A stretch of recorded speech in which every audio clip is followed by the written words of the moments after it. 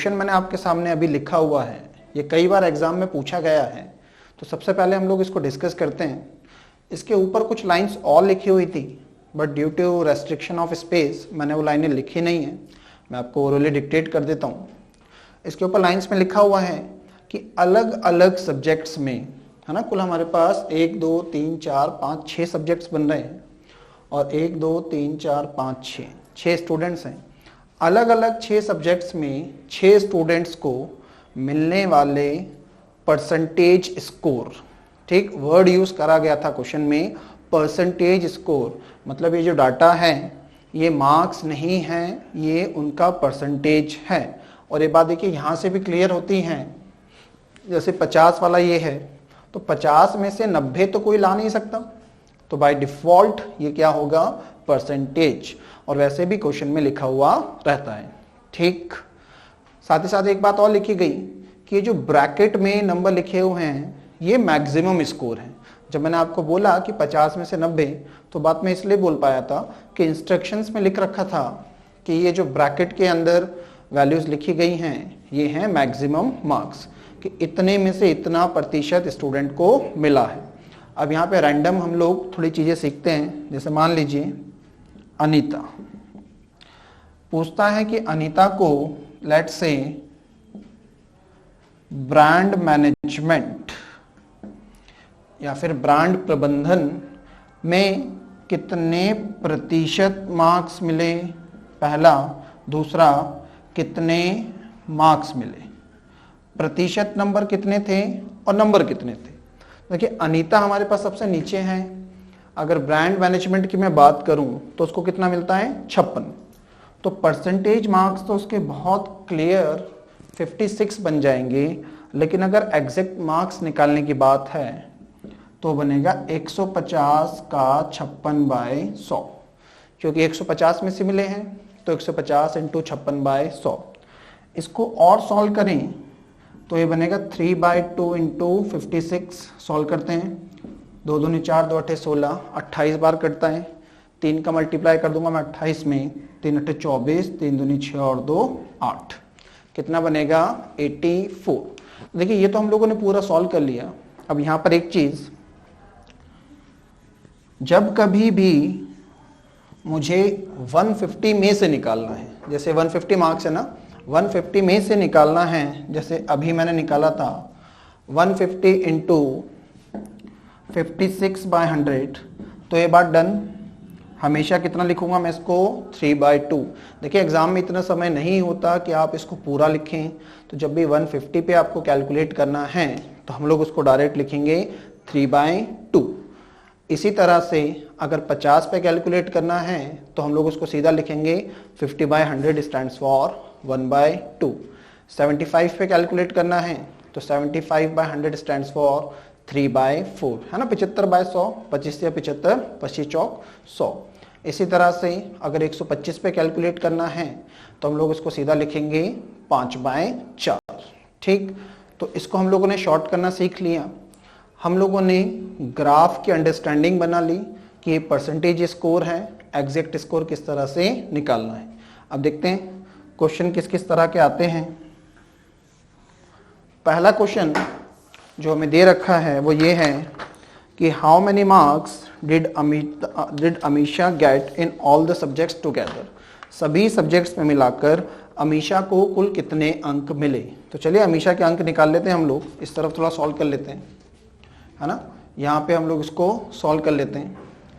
अमीशा को मिलता है 100, या नीचे लिख लेते हैं, यहाँ ठीक रहेगा। 150 का 66, मतलब 3/2 × 66 प्लस 100 का 75, मतलब तो डायरेक्ट हमारे पास 75 बन जाएगा, प्लस 150 का 88, मतलब 3/2 × 88 प्लस 125 का 56। 125 का मतलब होगा 5/4 × 56, फिर 75 का 56 मतलब 3/4 × 56, फिर 50 का 90, 50 का मतलब 1/2 × 90, ठीक है। इसको अगर मैं पूरा सॉल्व करूंगा तो 66/2 मुझे देगा 33। 33 का 3 में मल्टीप्लाई करूंगा 99, 75 ऐसा कैसा, 88 को 2 से डिवाइड करूंगा 44, 44 का 3 में मल्टीप्लाई करूंगा तो ये बनेगा 132, 56 का 4 में डिवाइड करूंगा 56 को 4 से तो 14 चौक 56, 14 का 5 मल्टीप्लाई 70 प्लस 56 को 4 से डिवाइड करूंगा 14, 14 का 3 में मल्टीप्लाई 42 प्लस 90 को 2 से डिवाइड करूंगा 45 और एट लास्ट हमें इनको जोड़ना है, जोड़ लेते हैं। 9 और 5 14, 2 16, 16 और 2 18 और 5 23 हासिल 2, 4 और 2 6 4 10 7 17 3 20 7 27 और 9 36 के 6 हासिल 3, 3 और 1 4, तो हमारा आंसर बनता है 463 जो कि ऑप्शन नंबर 2 है। ठीक, अब यहाँ पर एक चीज़ आप ध्यान दीजिएगा, वो ये कि क्या हमें इसे पूरा कैलकुलेट करने की ज़रूरत थी या नहीं, ये हम लोग कैसे आइडेंटिफाई करेंगे। हम लोग एक बार ऑप्शन देखते हैं, ऑप्शंस में उस तरफ लिख देता हूँ। पहला ऑप्शन मेरे को दे रखा है 3747, दूसरा है 463, तीसरा है 536, इसके बाद है 478 और लास्ट ऑप्शन हमें दे रखा है नन ऑफ दिस। देखिए अभी जो रीसेंट एग्जाम्स हैं उसमें नन ऑफ दिस एग्जाम में नहीं आता, तो उसको कंसिडर करने की ज़रूरत नहीं है, सारे के सारे ऑप्शन हमें मिल रहे हैं। इसमें पहला ऑप्शन तो मैं वैसे भी एलिमिनेट कर सकता हूँ क्योंकि 3747 इतना स्कोर नहीं मिलेगा, क्योंकि टोटल जो हमारे पास बनने वाला है वो इतना ज़्यादा नहीं है। दूसरा आप देखें, सभी ऑप्शन के क्योंकि यूनिट डिजिट अलग अलग हैं, इसकी वजह से भी मुझे पूरा सॉल्व करने की कतई ज़रूरत नहीं थी। बहुत आसानी से और बहुत जल्दी से मैं इस क्वेश्चन का आंसर अपना टिक कर सकता था। देखिएगा यूनिट डिजिट की हेल्प से हम लोग इसको करते हैं, हम लोगों ने जैसा भी डिस्कस भी करा था। 2 से डिवाइड करूंगा 33 का यूनिट डिजिट 3 होगा, 3 का 3 में मल्टीप्लाई करूंगा 9, 5 को केवल 5 लिख देता हूं। 88 को 2 से डिवाइड करूंगा 44 का यूनिट डिजिट 4 का मल्टीप्लाई 3 में 12 का 2, 56 को 4 से डिवाइड करूंगा 14 का यूनिट डिजिट 4 का 5 मल्टीप्लाई करूंगा 20 का मतलब 0 और प्लस, फिर 56 को 4 से डिवाइड करूंगा 14 का यूनिट डिजिट 4 का मल्टीप्लाई 3 में 12 का केवल लिखेंगे 2, 90 को 2 से डिवाइड करेंगे 45 और 45 का यूनिट डिजिट 5। ऐड कर लेते हैं, 5 और 2 7 और 2 9 9 18 और 5 23 का यूनिट डिजिट बनता है हमारे पास 3, मतलब 463 एकमात्र हमारे पास ऐसा ऑप्शन है जिसका यूनिट डिजिट 3 है और यही बहुत सीधा बन जाएगा हमारा आंसर।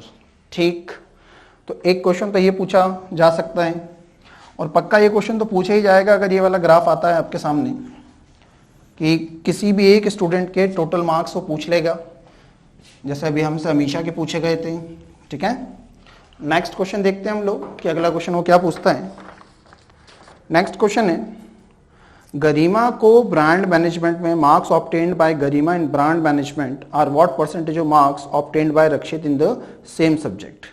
भाई गरिमा को ब्रांड मैनेजमेंट में मिले मार्क्स रक्षित को इसी सब्जेक्ट में मिले मार्क्स का कितना प्रतिशत है। चलिए गरिमा के अगर मैं ब्रांड मैनेजमेंट की बात करूं तो देखिए गरिमा के ब्रांड मैनेजमेंट में 88 हैं, 88% है ना, मार्क्स कितने बनेंगे 3/2 इंटू 88। और रक्षित की अगर मैं बात करूं तो रक्षित के बनेंगे 3/2 इंटू 76 और उसने यही पूछा कि ये इसका कितना परसेंटेज है, परसेंटेज निकालना है तो इंटू 100। अब यहाँ पे एक बात, क्या ये वैल्यू लिखने की ज़रूरत थी? नहीं। तो यहाँ से डाटा इंटरप्रिटेशन का एक की पॉइंट हम लोग समझते हैं कि अगर सोर्स वैल्यू सेम है और वो डिवाइड में या रेशियो में अगर जाता है तो सोर्स लिखने की ज़रूरत नहीं है क्योंकि अल्टीमेटली वो कट पिट जाएगा। ठीक, तो हम लोग लिख सकते थे 88/76 इंटू 100। अब उसने हमसे क्वेश्चन में पूछा है कि दशमलव के 2 स्थान तक हमें शुद्ध ज्ञात करना है। ठीक, अप टू 2 डेसिमल पॉइंट हमें एग्जैक्ट निकालना है। लेकिन मुद्दा ये है कि जो ऑप्शन हम लोग देख पा रहे हैं वो काफ़ी दूर दूर हैं। जैसे पहला ऑप्शन 76.56, इधर हम लोग ऑप्शन लिख लेते हैं 76.56। दूसरा ऑप्शन है 201.51, 115.79 और अगला है हमारे पास 163.36। तो देखिए उसने ज़रूर बोला कि डेसिमल के 2 पॉइंट्स तक एग्जैक्ट फाइंड कीजिए, लेकिन क्योंकि आंसर्स बहुत दूर दूर हैं इसलिए पूरा सॉल्व करने की ज़रूरत नहीं है। यहाँ पर भी एग्जामिनर आपकी स्मार्टनेस ही चेक कर रहा है कि क्या आप इस बात को समझ पा रहे हैं या नहीं कि ऑप्शंस थोड़ा दूर दूर हैं। अच्छा, पहला आंसर कभी नहीं होगा, दूसरा आंसर कभी नहीं होगा। ऐसा क्यों? क्योंकि देखिए न्यूमरेटर डिनोमिनेटर से बड़ा है, इसलिए आंसर 100% प्लस आना चाहिए, जबकि पहला ऑप्शन 100 से छोटा है इसलिए वो आंसर नहीं होगा। दूसरा मैंने क्यों काटा कि 200% आंसर तभी बनेगा जब ऊपर वाली वैल्यू इसका डबल हो, 76 का डबल होगा तब 200 आंसर एटलीस्ट आएगा, इसलिए मैंने सेकंड ऑप्शन को भी काट दिया। अब बचते हैं हमारे पास थर्ड और फोर्थ ऑप्शन। उनको मैं अगर कंसिडर करूं, या तो जो हम लोगों ने अप्रॉक्सीमेशन का तरीका सीखा था आप वो भी अप्लाई कर सकते हैं। कैसे? 88/76, अगर मैं इसमें 34 जोड़ दूं, 34 नहीं सॉरी 24 जोड़ दूं तो मेरे पास 100 बन जाएगा। अब रेशियो 8 और 7 का बनेगा, 7 21 होता है। इसी तरह से 7 21 होता है, उससे थोड़ा सा ज़्यादा जोड़ा है। 8 24 होता है, उससे थोड़ा ज़्यादा, लेट से 28 जोड़ देता हूँ मैं इसमें। 8 और 8 16, 8 और 1 9 2 11, 116/100 बनेगा, जो कि हमें लगभग 116 आंसर देगा। लगभग 116 मतलब हम लोग आंसर टिक कर सकते हैं 115.79। तो देखिए कुल मिला के आपकी स्मार्टनेस का क्वेश्चन था ये, और अदरवाइज एग्जामिनर आपसे ये एक्सपेक्ट कर रहा था कि आप इसको 44 लिखें, 38 लिखें, 2 3 6, 1 2 8 16, फिर और काटें 22 19 और आखिरी में इस तरह से पूरा डिवाइड दें और तब जाके वो आंसर निकालें। मतलब सिर्फ और सिर्फ हमारा समय खराब करना उसका ऑब्जेक्टिव था। ठीक, तो ऐसे कोई क्वेश्चन मिले तो आप इस तरह से उनको सीधा सॉल्व कर सकते हैं। थर्ड क्वेश्चन देखते हैं हम लोग इसका कि थर्ड क्वेश्चन हमारे सामने क्या रखा गया। थर्ड क्वेश्चन है average marks obtained bye all students together in compensation management. Compensation management में सभी विद्यार्थियों को मिलाकर औसत कितने अंक मिले। देखिए दो कैलकुलेशंस वो हमेशा करवाता है, एक इस तरह से मतलब हॉरिजॉन्टल क्षैतिज, और एक खड़ी कैलकुलेशन वर्टिकल या फिर ऊर्ध्वाधर। तो हॉरिजॉन्टल हमने देखी, अब वर्टिकल देखते हैं। वो बोलते हैं सभी स्टूडेंट्स को मिलाकर कंपनसेशन मैनेजमेंट में कितने मार्क्स मिले। अब यहाँ पर देखिए सोर्स सबका 150 है, इसको भी 150 में से भी मिलेगा, इसको भी 150 से ही मिलेगा। तो क्या हर बार मल्टीप्लाई करना ज़रूरी है? नहीं, पहले मैं इनको जोड़ लेता हूँ और उसके बाद सीधा 3/2, 150 से निकालना है ना, तो क्या कर दूंगा 3/2। चलिए ऐड कर लेते हैं। 8 4 12 8 20 6 26, 26 8 34, 3 8 3 11 8 3 11 8 19 7 26, 26 9 35, 35 6 41, 41 और 5 46। तो बन रहा है 464%। लेकिन उसने हमसे क्वेश्चन में पूछा है एवरेज मार्क्स, तो मार्क्स निकालना है तो 3/2 का मल्टीप्लाई कर देता हूँ। क्यों? क्योंकि 150 में से निकालना है। इसके बाद एक बात और बोली है, बोला है एवरेज, एवरेज निकालना है तो 6 से डिवाइड करूंगा क्योंकि कुल स्टूडेंट्स 6 हैं। अब फाइनली हमें ये कैलकुलेट करना था, 3 से 2 बार कटेगा। 464 को मुझे बेसिकली 4 से डिवाइड करना है, कर लेता हूँ। 4 एकम 4, 4 एकम 4 2 बचता है, 4 6 24। तो एवरेज मार्क्स क्या बनेंगे 116, जो कि मेरे पास ऑप्शन नंबर 1 में है। ठीक, नेक्स्ट क्वेश्चन है इसका, who has scored the highest total marks in all the subjects. सभी स्टूडेंट्स में टॉपर कौन है।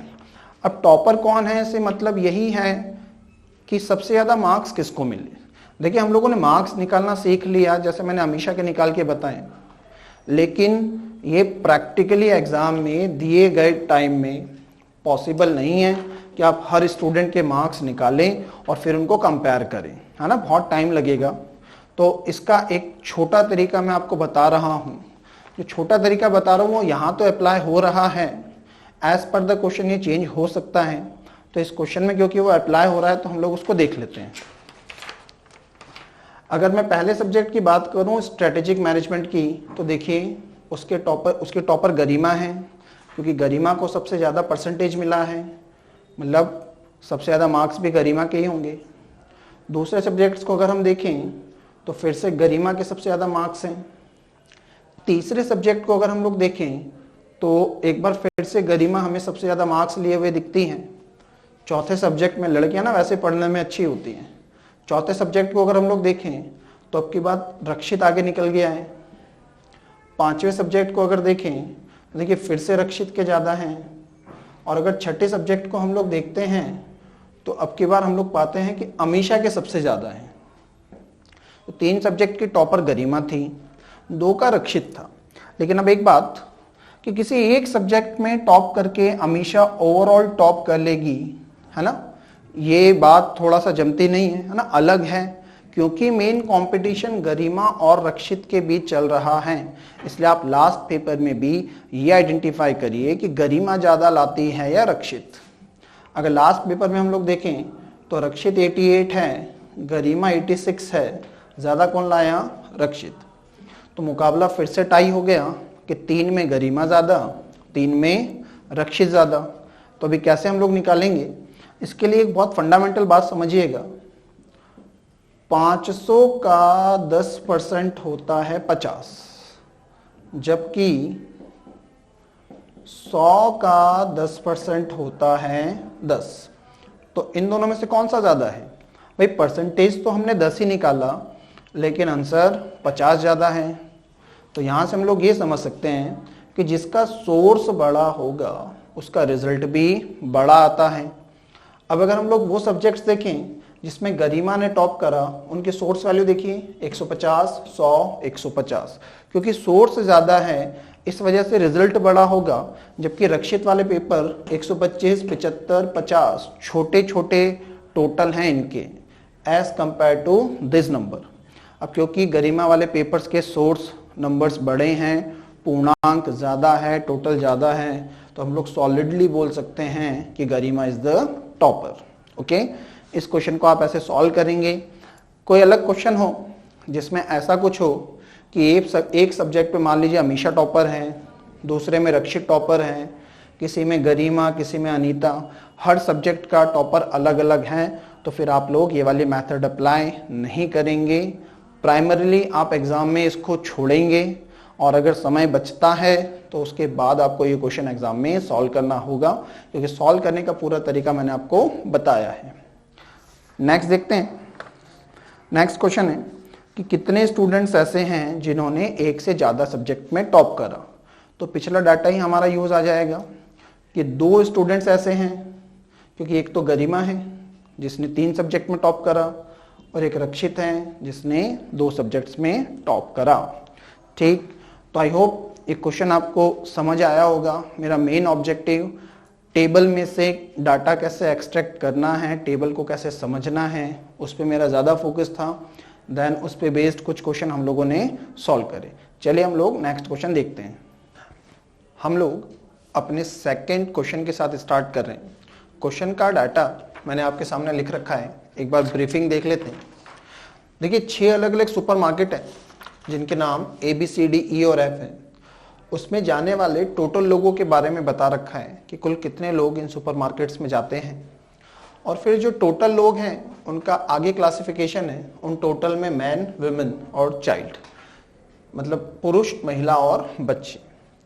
मान लीजिए पूछता है सुपरमार्केट A में जाने वाले पुरुष, तो सुपरमार्केट A में जाने वाले पुरुष निकलेंगे 34560 का 35/100, है ना, 34,560 का 35%। तो डाटा को एक्सट्रैक्ट करना, इंटरप्रेट करना यहाँ पर काफ़ी आसान सा है। हम लोग अपने क्वेश्चंस की तरफ बढ़ चलते हैं और देखते हैं पहला क्वेश्चन क्या पूछता है। पहला क्वेश्चन है मैन जो सुपरमार्केट डी में जाते हैं, ठीक है, क्वेश्चन है मैन सुपरमार्केट मैन डी, इतना सा लिख दूंगा चल जाएगा।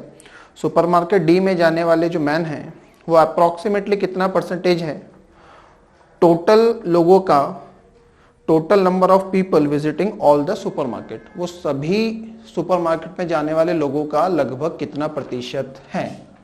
डिवाइडेड बाय टोटल, ये उसने हमसे पूछा है।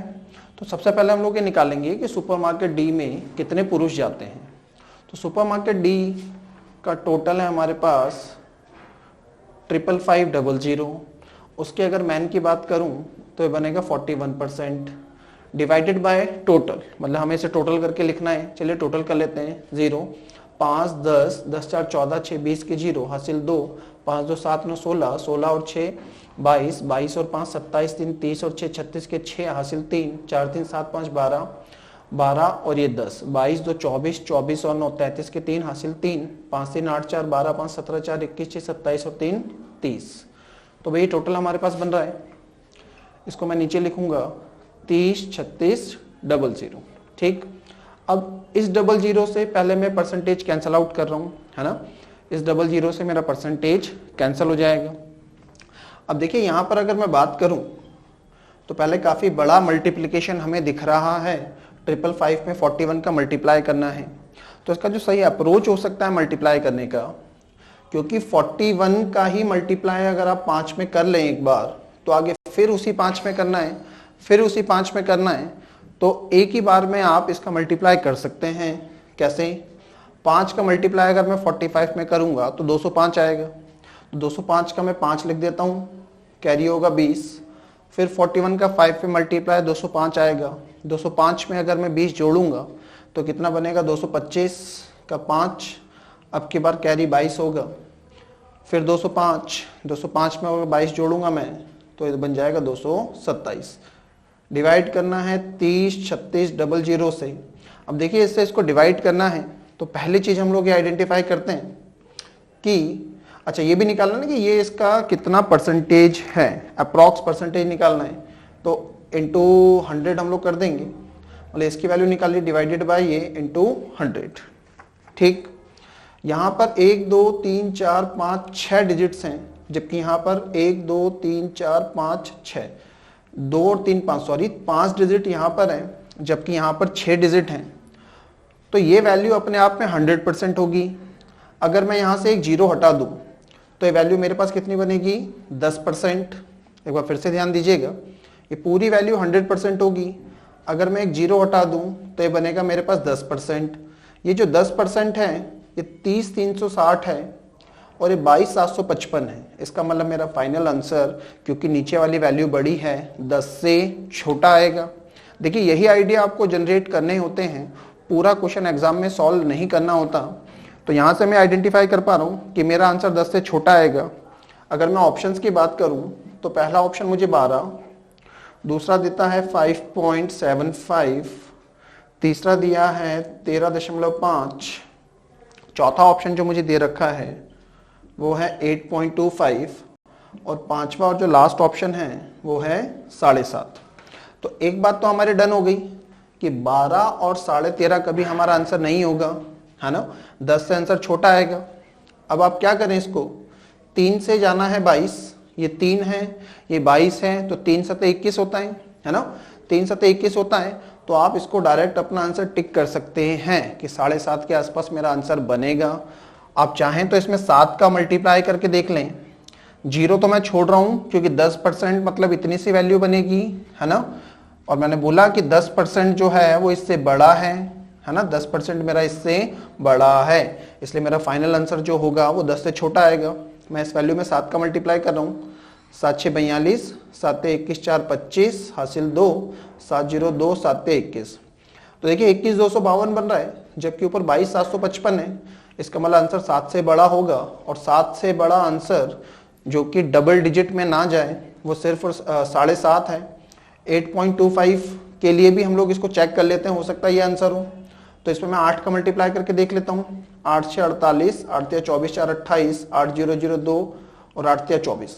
तो देखिए बड़ा निकल गया, है ना, इसलिए हमारा जो आंसर होगा वो होगा 7.5।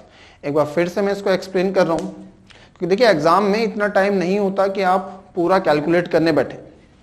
ये पूरी वैल्यू, इसमें 6 डिजिट्स हैं, इसमें 5 डिजिट्स हैं, ये अगर इसमें 6 डिजिट्स हैं तो अपने आप में ये 100% है। इस जीरो को मैं छोड़ दूंगा तो 10% बनेगा, 10% इससे बड़ा है। इसका मतलब हमारा फाइनल आंसर 10% से छोटा आएगा। अब क्या आने वाला है ये हमने देखा, 3 से जाना है 22, तो 3 सत्ते 21 होता है, मतलब 7 के आसपास आंसर बनेगा। तो मैंने इसमें 7 का मल्टीप्लाई करके देखा तो 21 252 गया।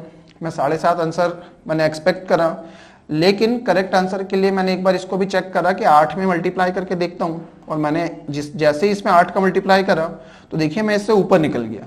आप चाहते तो पूरा ना भी करते, 8 या 24 करते तो भी काम चल जाता। अब क्योंकि यहाँ पर तो हम लोग चीज़ें सीख रहे हैं, इसलिए इतना टाइम मैं लेके बता रहा हूँ, और अदरवाइज आप इसको डायरेक्ट टिक कर सकते हैं। तो आंसर बनेगा आपका 7.5। ये हमारा पहला क्वेश्चन था। दूसरा क्वेश्चन देखते हैं कि इसने दूसरा क्वेश्चन क्या पूछा है। मैं ये वाला हिस्सा मिटा रहा हूँ, और ये जो 30 36 00 लिखा हुआ है इसको मैं एज इट इज छोड़ता हूँ, ताकि आगे कभी ज़रूरत पड़ी तो हम लोग इसका यूज़ कर लेंगे। नेक्स्ट क्वेश्चन उसने पूछा है, चिल्ड्रन विजिटिंग सुपरमार्केट सी, मतलब हमें चिल्ड्रन निकालने हैं सुपरमार्केट सी के। What percent of number of children visiting supermarket F divided by, बच्चे निकालने हैं जो सुपरमार्केट एफ में जाते हैं। तो चलिए सुपरमार्केट सी का हम लोग देख लेते हैं। सुपरमार्केट सी का टोटल है 45,640। एफ का भी लिख लेते हैं, एफ का टोटल है 59,650। अब सी के परसेंटेज की बात करें तो सी के बच्चे 30% हैं, और एफ में जो बच्चे हैं वो कितना है 14। ठीक, ये इसका कितना परसेंटेज है हमें ये निकालना है। ठीक है, तो अगर कुछ काटना पीटना चाहेंगे, जीरो काट के छोड़ देते हैं, 14 का इसमें मल्टीप्लाई कर लेते हैं, 30 का इसमें मल्टीप्लाई कर लेते हैं। कोई बहुत बड़ा मल्टीप्लिकेशन नहीं है। 14 पंजे 70, 7 बचता है, 14 से 84, 84 और 7 91, 9 बचता है। ठीक, फिर 14 निम 126, 126 और 9 135, 13 बचता है, 14 पंजे 70, 70 और 13 83, 510 हमारा ये आ रहा है। ऊपर मल्टीप्लाई करूंगा तो जीरो एज इट इज, 3 चौक 12, 3 6 18 और 1 19, 3 5 15 और 1 16, 3 चौक 12 और 1 13। ठीक, जीरो से जीरो काट देते हैं। एक बार फिर से देख लेते हैं कोई कैलकुलेशन एरर तो नहीं। 3 चौक 12, 3 6 18, 1 19, हासिल 1, 3 5 15, 1 16, हासिल 1, 3 4 12 और 1 13। ठीक, ये हमारे पास डाटा बन रहा है 13,692 डिवाइडेड बाय 8351। अब यहाँ पे चाहें तो जो अप्रॉक्स परसेंटेज निकालने का हमने तरीका सीखा था वो अप्लाई कर सकते हैं। अच्छा, इसने हमसे ये पूछा है राउंडेड ऑफ करके बताइए 2 डिजिट्स तक।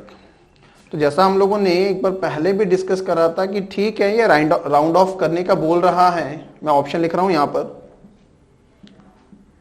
51 और 109.30। भाई राउंड ऑफ करने का बोल रहा है, लेकिन क्योंकि ऑप्शंस दूर दूर हैं तो आपको इतना एग्जैक्ट जाने की जरूरत नहीं है। आप केवल जो हम लोगों ने मेथड सीखा उसके थ्रू में जा रहा हूं। इसको अगर मैं 8000 बनाना चाहूं, है ना, इसको अगर मैं 8000 बनाना चाहूं तो इसमें 351 कम करूंगा, 351 कम करूंगा। मैं देखता हूं कि 8 से 351 कैसे आता है, क्या मल्टीप्लाई करके आता है, 8 चौक 32, 3 बचता है, 8 चौक 32, मतलब 44 का मल्टीप्लाई करा। तो यहाँ पे 13 में भी 44 का मल्टीप्लाई करूंगा, 13 चौक 52, 5, 13 चौक 52, 52 और 5 57। हाँ जी, तो नीचे बन जाएगा मेरा 8000, जबकि ऊपर 202, 7 और 5 12, 606। ठीक, मैंने ये माइनस कर लिया। अब अगर इसको सॉल्व करना है, चलिए 8 से डिवाइड करते हैं। 8 एकम 8, कितना बचता है 5, 8 6 48, कितना बचता है 8 6 48 के बाद हमारे पास यहाँ पर हासिल बचेगा 2, 8 3 24, कितना बचता है 1, और 8 एकम 8। भाई परसेंटेज निकालना तो इंटू 100 के 2 जीरो ये कट जाएंगी, और जीरो हटा के एक डेसिमल हमारा यहाँ आ जाएगा। मतलब हमारा जो आंसर है वो लगभग 163 बनना चाहिए, जबकि ऑप्शन में ये कहीं भी आसपास भी नहीं दिखता। इसलिए जो पांचवा ऑप्शन हमारे पास नन ऑफ दिस है, हम लोग उसको टिक कर देंगे।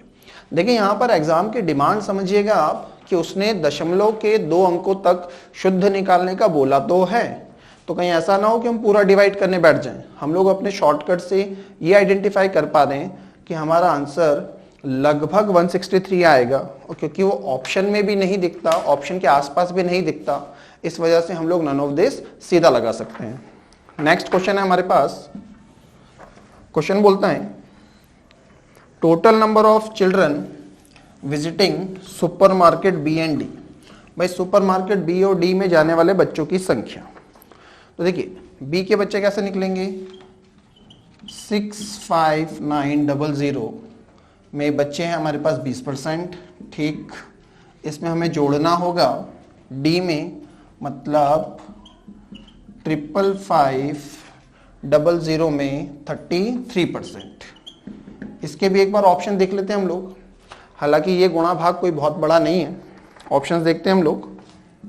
पहला ऑप्शन है 16525, दूसरा हमें दिया 26459, तीसरा है 31495 और चौथा ऑप्शन है 24306।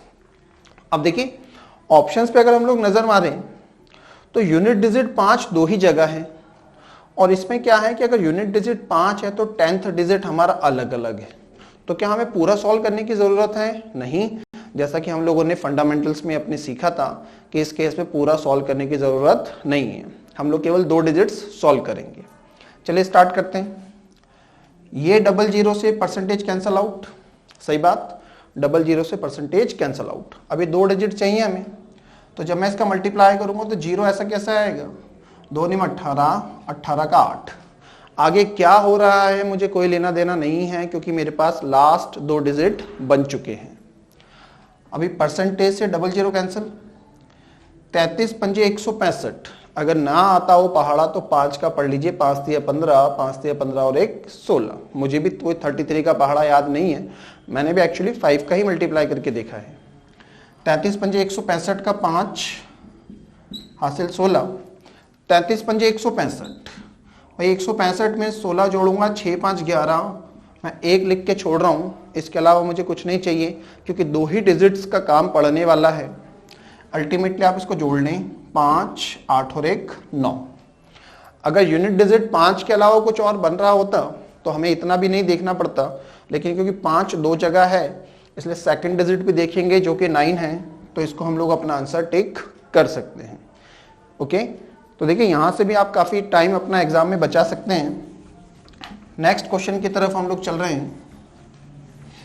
नेक्स्ट क्वेश्चन है हमारा, average number of women visiting all the supermarkets together, सभी सुपरमार्केट्स में मिलकर जाने वाली महिलाओं की संख्या क्या है। देखिए ये क्वेश्चन थोड़ा सा लंबा जाएगा, थोड़ा सा लंबा इसलिए कि 34560 इंटू 55/100, ये ए की निकलेंगी, फिर इसी तरह से बी की निकलेंगी, इसी तरह से सी डी ई और एफ आप सारे निकालेंगे, फिर एवरेज निकालने के लिए उसको 6 से डिवाइड करेंगे। तो प्राइमा फेशिया आप एग्जाम में इस क्वेश्चन को ड्रॉप कर सकते हैं, आपको इसका मेथड मैंने बता दिया है ना, और अदरवाइज हमको ये पूरा सॉल्व करना ही पड़ेगा। देन अगला क्वेश्चन था, ratio of number of women visiting supermarket A, भाई सुपरमार्केट ए में जाने वाली महिलाएं कितना बनेगा, 34,560 का 55% टू दोज विजिटिंग सुपरमार्केट सी, और सुपरमार्केट सी में जाने वाली महिलाएं मतलब 45,640 का 45%। इसका रेशियो निकालने की बोलता है, तो ये हम लोग काट देते हैं परसेंटेज से परसेंटेज, 0 से 0, 5 से 11 और 5 से 9। अब अगर कुछ कट पिट रहा है तो हम लोग देखते हैं क्या 9 से ही कटेगा, 6 4 10 5 15 3 18, सम 18 आ रहा है, 18 9 से डिविजिबल है, मतलब नंबर भी 9 से डिविजिबल है ना। काटना स्टार्ट करते हैं, 9 3 27, 7 बचता है, 9 8 72, 3 बचता है, 9 चौक 36, ये पूरा कट गया। देखिए इन दोनों का देख लेते हैं, क्योंकि यहाँ पर लास्ट के 2 डिजिट 4 से कट रहे हैं, यहाँ पर भी लास्ट के 2 डिजिट 4 से कट रहे हैं, इसलिए सीधा 4 से काटते हैं हम लोग इनको, है ना। 4 एकम 4, 4 एकम 4, 1 4 चौक 16 और 4 एकम 4, 4 नीम 36, 2 और 4 6 24। क्या और कुछ कट रहा है? ये अभी हमारा 16 6 96 होता है, और 1141 ऑप्शन देख लेते हैं। ऑप्शन की अगर मैं जहाँ तक बात करूँ तो 1141 मेरे पास ऑप्शन में नहीं है, 1146 ऑप्शन में है। क्या मैंने कुछ गलत काटा क्या, देखते हैं। 4 एकम 4 और उसके बाद 4 एकम 4, 1 बचता है, 4 चौक 16, 4 एकम 4, नहीं अपना सही चल रहा है। और देख लेते हैं कुछ कटेगा क्या। 96 को मैं लिख सकता हूँ 16 इंटू 6 और 16 मतलब 2 से तो कहीं से कहीं तक कटता हुआ नहीं दिख रहा, 11 से भी कटता हुआ नहीं दिख रहा। तो फाइनल आंसर मेरा बनना चाहिए 11 6 66 हासिल 6, 11 99, 99 और 6 105 बाय 1141। और ऐसा कुछ भी ऑप्शन में नहीं है, तो आंसर हमारा इसका भी बनेगा नन ऑफ दिस एक ऑप्शन हमें दिया है। तो आई होप ये ग्राफ भी आपको क्लियर होगा। देखिए सेकंड ग्राफ थोड़ा सा कैलकुलेटिव था और मैंने वो चीजें आपके साथ डिस्कस करी हैं जो एक्चुअल एग्जाम में स्टूडेंट्स अप्लाई करते हैं। कहीं बीच में मैं डाटा याद करके क्वेश्चंस आपको हो सकता है बोर्ड पे जल्दी सॉल्व करके बता दूं, लेकिन वो वास्तविकता नहीं है। मैं उसी अप्रोच के साथ चला हूं जो एग्जाम में आप एग्जैक्टली लगा पाएंगे। इसी की थोड़ी आप प्रैक्टिस करें तो आपका जो कैलकुलेशन का टाइम है वो कम हो जाएगा। जहां तक प्री के पेपर की बात है तो इतना कैलकुलेटिव क्वेश्चन प्री के पेपर में नहीं आता।